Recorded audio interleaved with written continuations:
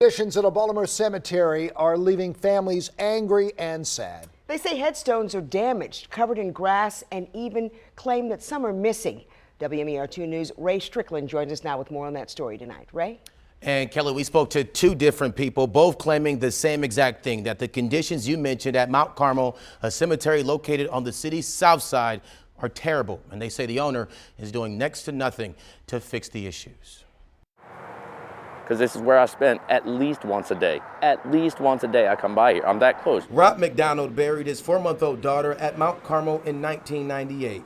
He says there's not a day that goes by he doesn't think about her. I don't feel I've recovered. But he says what makes the pain of losing his daughter even worse is the poor condition this cemetery is in. We come over ourselves. We got to clean off our stones. McDonald says his daughter's headstone is typically covered in grass. But when you look around the cemetery, there are even bigger issues.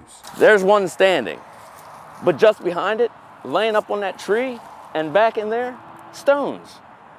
Broken, knocked over. He says these overgrown bushes are seen throughout the property, burying headstones, as well as fallen trees on top of grave sites. He says every day he also sees fallen and damaged headstones. It upsets you. It's horrible. Dolores Gribble has multiple family members buried here too, including her mom and grandparents. She says the overgrowth is so bad it takes some people hours to find loved ones. Some can't find them at all. I could not imagine not being able to find my mother or my nephew or my niece or my grandparents. Other families have even complained about it on Facebook, creating a page to talk about the cemetery's issues. They're not doing anything. McDonald says the owner even promised to clean up the cemetery 20 years ago, but he says that never happened, even though he's brought it to the owner's attention every year since. Same story every year. We just don't have the resources. Both Gribble and McDonald say that reason is not good enough. They're tired of the excuses and say their families and the others deserve much better.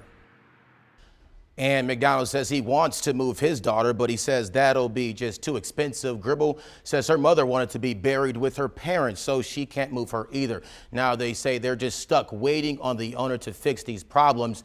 And as for the owner, we called him to get a comment about these conditions at Mount Carmel, but Kelly, Jamie, we were unable to reach him.